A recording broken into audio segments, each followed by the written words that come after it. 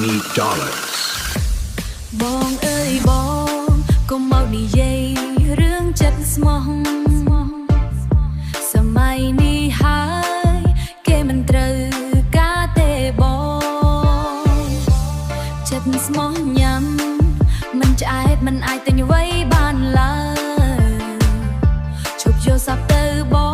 ងស្រីសម័យនេះគេប្រែហើយ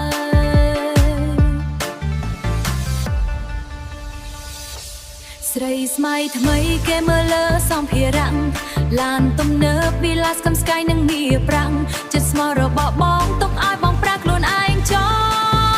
ង់អូនត្រូវការអ្នកមានមិនមែនត្រូវការមនុស្សកំសត់ស្រីស្មៃថ្មីគេមិនត្រូវការចិត្តស្មោះទេ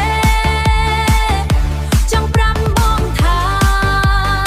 ត្រូវការដុល្លារពេញដៃ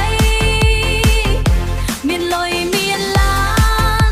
តើបអូនព្រមហៅថាថ្លៃចិត្តស្មោះអត់លុយ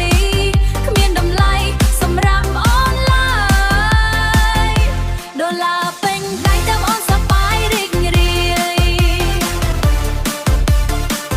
ដើរលេងហីហាយមិនបាច់ខ្វល់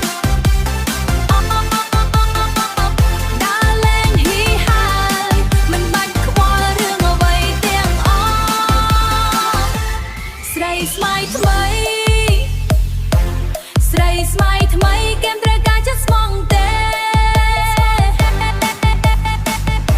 ចង់ប្រាប់បងថាត្រូវការដុល្លារពេញដៃដុល្លារពេញដៃតើអូនសប្បាយរីករាយដើរលេងហីហាយមិនបាច់ខ្វល់រឿងអ្វីទាំងអស់ស្រីស្មៃថ្មីស្រីស្មៃថ្មីគេមិនត្រូវការចិត្តស្មោះទេ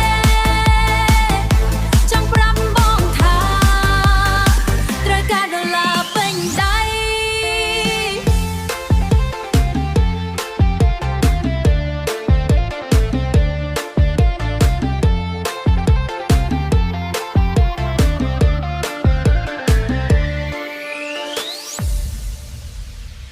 Khmer Remix